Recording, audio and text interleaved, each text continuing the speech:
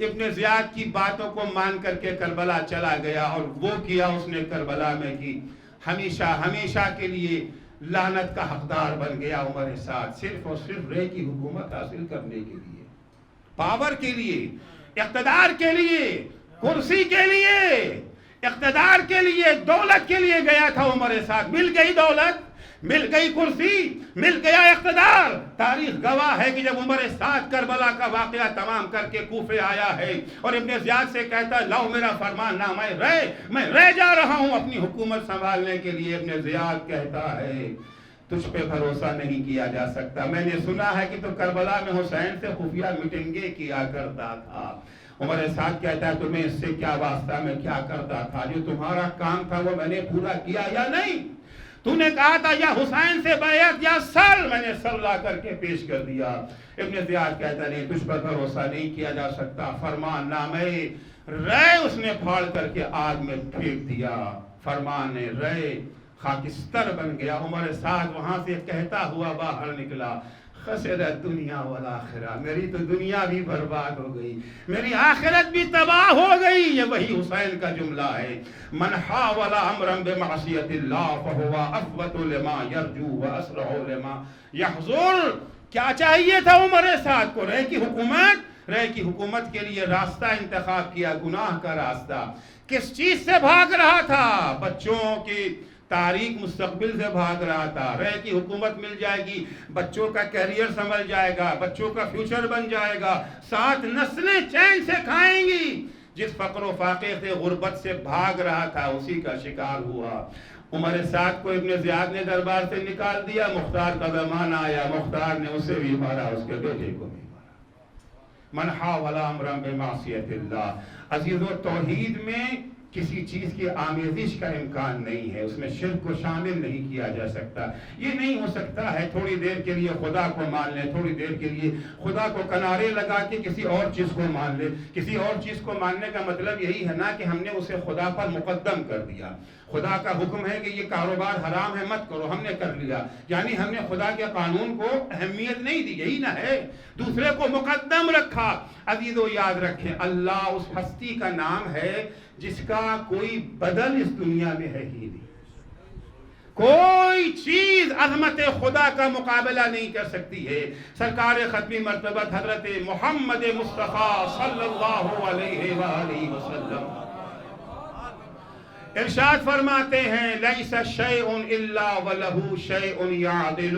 دنیا میں جتنی بھی چیزیں ہیں اس کے مقابلے میں ایک چیز ہے جو اس کی برابری کر سکتی ہے۔ فرض کیجئے آپ کے پاس 10 گرام سونا ہے، 50 گرام سونا ہے، 1 کلو سونا ہے، آپ کے پاس 1 کلو سونا ہے نا، مقابلے میں 1 کلو سونے کی قیمت موجود ہے، مقابل میں 1 کلو سونے کی قیمت موجود ہے کہ وہ قیمت دے کر کے آپ کا سونا لیا جا سکتا ہے۔ آپ کے پاس پراپرٹی ہے، بنگلہ ہے، محل ہے، جو کچھ بھی آپ کے پاس ہے، دنیا میں کوئی چیز ایسی نہیں ہے جس کا بدل موجود نہ ہو۔ پیغمبر فرماتے ہیں الا اللہ، سوائے خدا کے، سوائے خدا کے، لیس لہ شیء یعدل، کوئی چیز دنیا میں ایسی ہے ہی نہیں جو خدا کی برابری کر سکے۔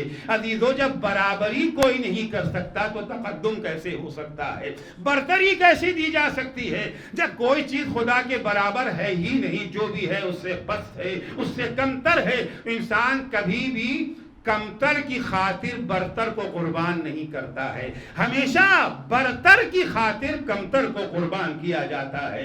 تو اگر ہم نے کبھی خدا کے مقابلے میں، خدا کے حکم کے مقابلے میں دوسروں کے احکام کو اہمیت دے دی، مال دنیا کو اہمیت دے دیا، منصب کو اہمیت دے دیا، پاور کو اہمیت دے دیا، اقتدار کو اہمیت دے دیا، کرسی کو اہمیت دے دیا، یعنی ان کی حیثیت ہماری نگاہ میں خدا سے بڑھ کے ہے، یہی تو ہے نا۔ اور دیکھیں تصور آ گیا تو پھر توحید کہاں ہوئی؟ پھر لا الہ الا اللہ، کیا لا الہ الا اللہ فقط لقلقے لسانی ہو کر کے رہ جائے گا۔ قرآن، حدیثیں، ائمہ طاہرین، پیغمبر اکرم ہمیں دنیا کی چیزوں سے محبت سے منع نہیں کرتے ہیں، ماں باپ سے محبت کریں، اولاد سے محبت کریں، خاندان سے محبت کریں، کنبے سے محبت کریں، کاروبار سے محبت کریں، بزنس سے محبت کریں، وطن سے محبت کریں، مگر ایک حد ہے، ایک لمٹ ہے۔ ان سے محبت اسی وقت تک ہو سکتی ہے جب تک یہ خدا کے مقابلے میں نہ آ جائیں۔ جہاں کہیں ٹکراؤ ہونے لگے، ماں باپ کی محبت ایک طرف، اللہ کی محبت ایک طرف، اب اللہ کی محبت اور ماں باپ کی محبت میں ٹکراؤ ہونے لگے، رسول کی محبت میں اور خاندان کی محبت میں ٹکراؤ ہونے لگے، اور رسول کی بات مانیں کہ اپنے خاندان کی بات مانیں، اللہ کی بات مانیں کہ بیوی کی بات مانیں، اللہ کی بات مانیں کہ شوہر کی بات مانیں۔ اللہ کہتا ہے حجاب کرنا واجب ہے، شوہر کہتا ہے مجھے پردہ پسند نہیں ہے۔ ایسے بہت سارے مواقع، بہت ساری خواتین کو میں جانتا ہوں جو پہلے باحجاب تھی، پردہ کرتی تھی، شادی کے بعد بے پردہ۔ کیا ہو گیا؟ وہ ہمارے سماج نے ایک اور تصور پیدا کیا ہے نا، شوہر تو مجازی خدا ہے۔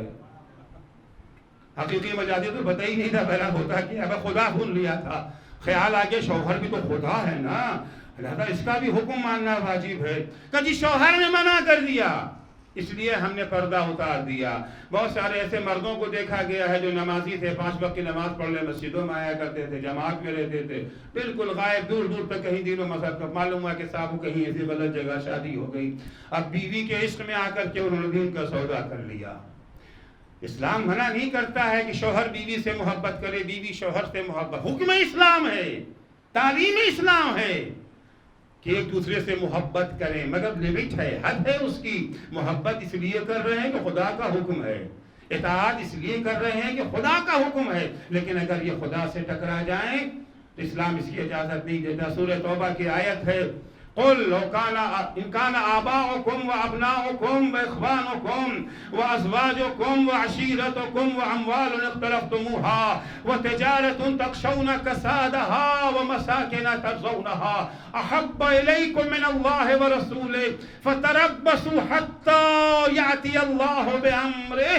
اے میرے حبیب ان سے کہہ دیجئے، ان كان آباؤكم، اگر تمہارے والدین، تمہارے ماں باپ، تمہارے بال بچے، تمہاری بیوی، تمہارے شوہر، تمہاری بھائی، تمہاری بہن، تمہارا کنبہ، تمہارا بزنس، تو وہ اموال جو تم نے اکٹھا کر رکھا ہے، وہ تجارت جس کے کساد ہو جانے کا، جس کے ٹھپ ہو جانے کا تمہیں ہمیشہ خوف لگا رہتا ہے، وہ مکان جو تم نے بڑے شوق سے بنایا ہے، اگر ان سے محبت تمہاری نگاہ میں خدا اور رسول کی محبت سے زیادہ ہے، اگر ان سے لگاؤ، ان کا عشق تمہاری نگاہوں میں اللہ کی راہ میں جہاد کرنے سے زیادہ ہے، تو پھر اللہ کے عذاب کا انتظار کرو، محبت کرو۔ اولاد سے محبت گناہ نہیں ہے، ثواب ہے۔ اشکیا کے شوہر بیوی سے محبت کرے، بیوی شوہر سے محبت کرے، باعث اجر و ثواب۔ اپنے گھر سے محبت کرو، باعث اجر و ثواب۔ اپنے کاروبار سے محبت کرو، باعث اجر و ثواب۔ اپنی دولت سے محبت کرو، باعث اجر و ثواب۔ لیکن محبت کی لمٹ یہی ہے، جہاں خدا کا حکم آ جائے پھر ان کی کوئی حیثیت نہیں ہے، ان کی کوئی قیمت نہیں رہ جاتی ہے۔ اگر تم نے خدا کی محبت پر خدا کی محبت کو ان پر مقدم رکھا ہے، خدا تمہیں وہ عظمت عطا کر دے گا جو کروڑوں اور اربوں خرچ کرنے کے بعد بھی وہ عظمت تمہیں نہیں مل سکتی ہے۔ کربلا کے میدان میں حسین ابن علی نے یہی تو کیا تھا۔ حسین کو علی اکبر سے کتنی محبت تھی، کتنی محبت تھی حسین کو علی اکبر سے کہ عزیزو، جس وقت جناب علی اکبر مقتل میں جانے لگے تھے میدان میں، علی اکبر کو گھوڑے پہ سوار کرنے کے بعد دونوں ہاتھوں کو بارگاہ معبود میں اٹھا دیا تھا۔ اللہم اشہد، پالنے والے گواہ رہیے گا، قد براز الیہ غلام، وہ جوان جا رہا ہے جو تیرے رسول سے صورت میں، سیرت میں، رفتار میں، گفتار میں بڑا مشابہ تھا۔ جب کبھی نانا کی زیارت کا شوق ہوتا تھا، میں علی اکبر کے چہرے کو دیکھ لیا کرتا تھا۔ اتنی محبت ہے علی اکبر سے۔ جب علی اکبر میدان کی طرف چلے ہیں، ابھی علی اکبر تھوڑی ہی دور گئے تھے، کسی کے زمین پر گرنے کی آواز کانوں میں آئی۔ پلٹ کے دیکھا تو کیا دیکھا، بوڑھا باپ کمر پکڑے ہوئے زمین پر بیٹھا۔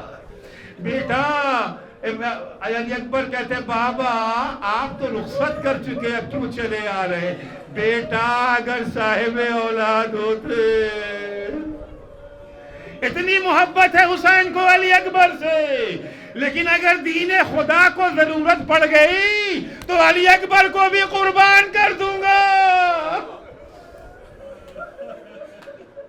دم آخر جب شمر کا خنجر گلے پہ تھا، حسین کی زبان پہ الفاظ یہ تھے، افتخاری انی آتیت کل شیء فی سبیلک، میرے معبود مجھے فخر ہے کہ جو کچھ میرے پاس تھا سب میں نے قربان کر دیا۔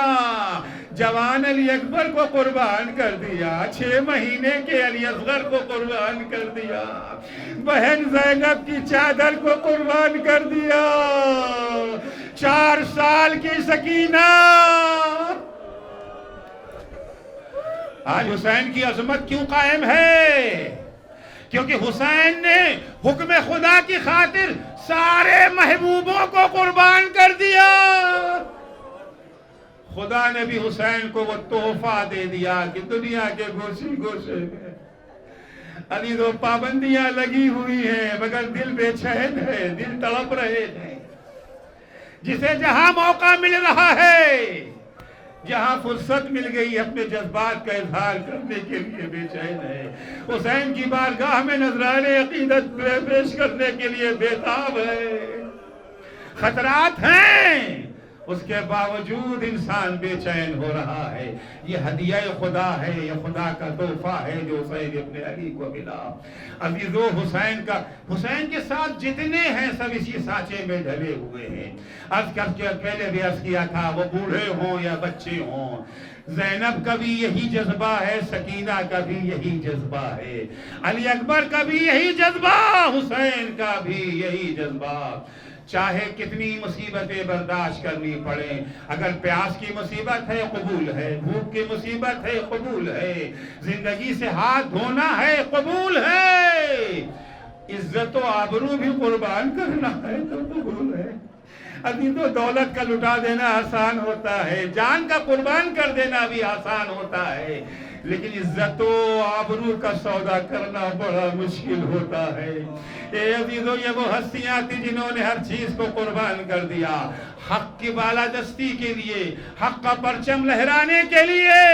زینب کبریٰ اگر چاہتی تو مدینے میں رہ سکتی تھی، شوہر موجود تھا، بھائی موجود تھے محمد حنفیہ، آرام سے رہ سکتی تھی، مگر زینب نے یہ جانتے ہوئے بھی کہ کربلا جاؤ گی زینب تو تمہارے سر سے چادر چھن جائے گی، اسیر کر کے تمہیں در بدر پھرایا جائے گا، لیکن حق کا بول بالا، حق کا ڈنکا بجانے کے لیے زینب جانتی تھی اگر میں کربلا نہ گئی تو شام میں فتح حسین کا جھنڈا کون گاڑے گا۔ ساری قربانیاں دینے کے لیے زینب تیار ہو گئیں۔ عزیزو، زینب کی قربانی اب اپنا رنگ دکھا رہی ہے، زینب کی قربانی اپنا اثر دکھا رہی ہے۔ امام سجاد کے خطبے، جناب زینب کبریٰ کے خطبوں نے شام میں انقلاب برپا کر دیا۔ جہاں اہل بیت کے خلاف زبانیں کھلا کرتی تھیں، آج اسی شام میں یزید کو لوگ برا بھلا کہنے لگے اور یزید اہل بیت اطہار کو رہا کرنے پر مجبور ہو گیا۔ اہل بیت اطہار قید شام سے آزاد کر دیے گئے۔ زینب کبریٰ نے اپنے بھیا کی مجلس کا سلسلہ یزید کے دارالخلافہ میں قائم کر دیا۔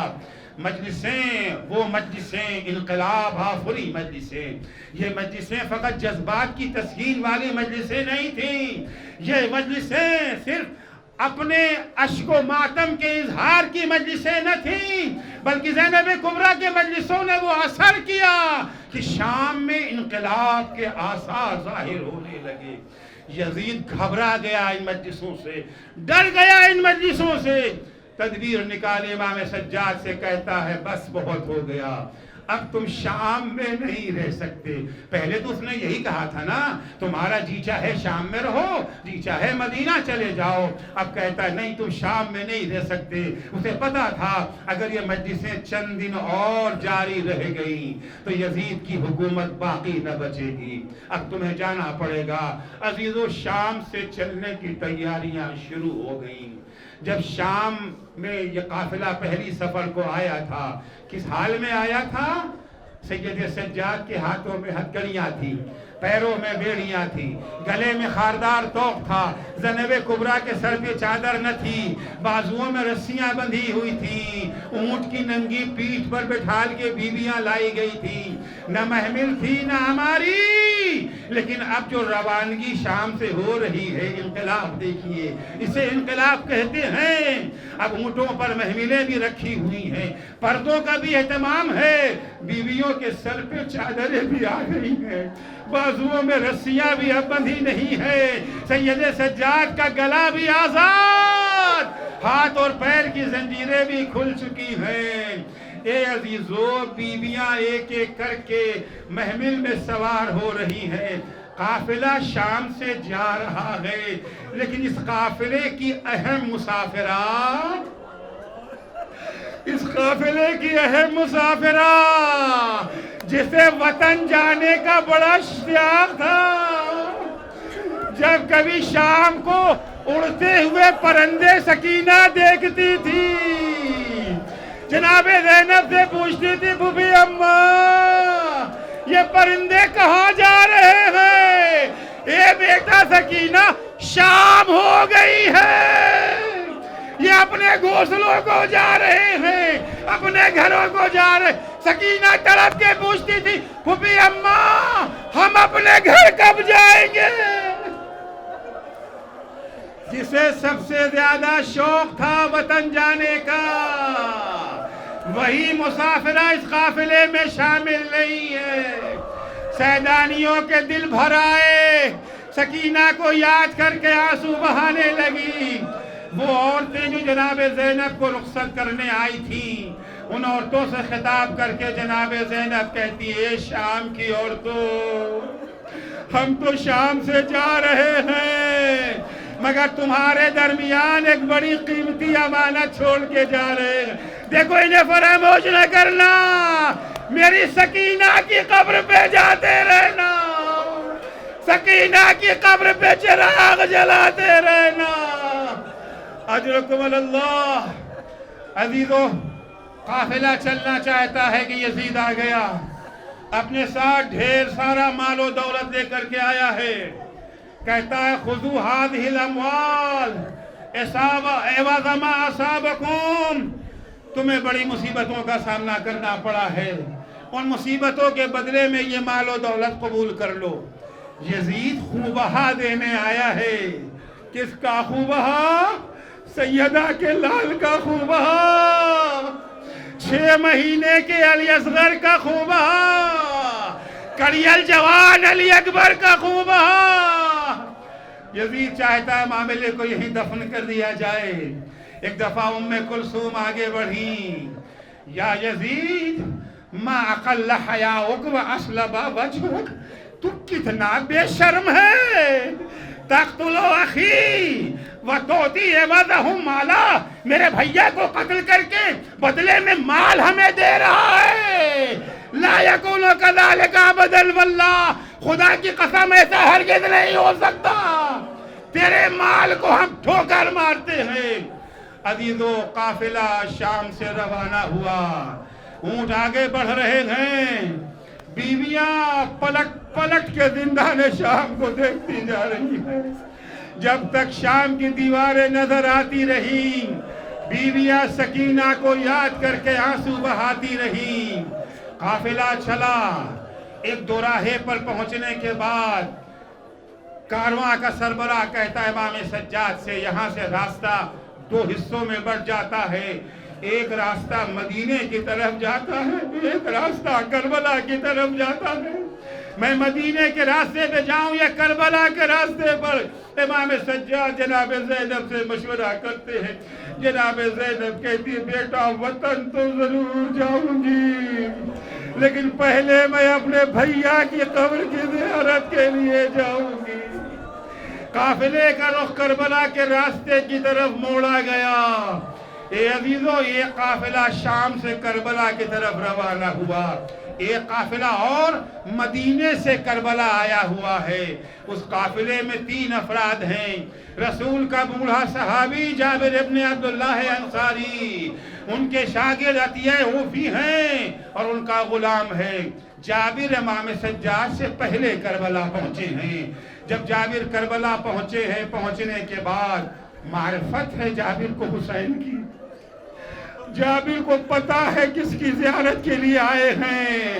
پہلے نہر فرات میں غسل کیا ہے جابر نے، اس کے بعد احرام کی شکل میں کپڑا پہنا، پہننے کے بعد قبر حسین کی طرف جب روانہ ہوئے ہیں، آنکھوں سے آنسوؤں کی جھڑی لگی ہوئی ہے۔ اتنے آنسو ہیں کہ اب جابر کو کچھ دکھائی نہیں دے رہا ہے، کچھ سوجھ نہیں رہا ہے۔ اپنے شاگرد عطیہ سے کہتے، اے عطیہ، میرا ہاتھ پکڑ کے مجھے قبر حسین تک پہنچا دو۔ عطیہ نے جابر کا ہاتھ پکڑا، قبر حسین تک لائے، اور لا کر کے جابر کا ہاتھ قبر حسین پر رکھ دیا۔ بس ہاتھ کا رکھنا تھا، ایک دفعہ جابر کہتے ہیں، یا حسین، یا حسین، یا حسین، یا حسین کہہ کے جابر بے ہوش ہو کر کے گر پڑے۔ عطیہ انہیں ہوش میں لائے۔ جب جابر کو ہوش آ گیا، جابر پھر حسین کو خطاب کرتے ہیں، یا حسین۔ اس کے بعد جابر کہتے ہیں، جابر عظمت امام حسین سے آشنا ہے، واقف ہیں، ان کے اقتدار و اختیار سے بھی آشنا ہے، مگر جابر ذرا حسین کی مصیبتوں کو بھی اجاگر کرنا چاہتے ہیں۔ خطاب کر کے کہتے، حبیبن لا یجیب حبیبہ، ارے میں پکار رہا ہوں یا حسین، دوست دوست کو پکار رہا ہے، دوست جواب کیوں نہیں دیتا؟ اس کے بعد جابر کہتا ہے، ہاں ہاں، ارے وہ جواب بھی کیسے دے جس کا سر بدن سے جدا کر دیا گیا۔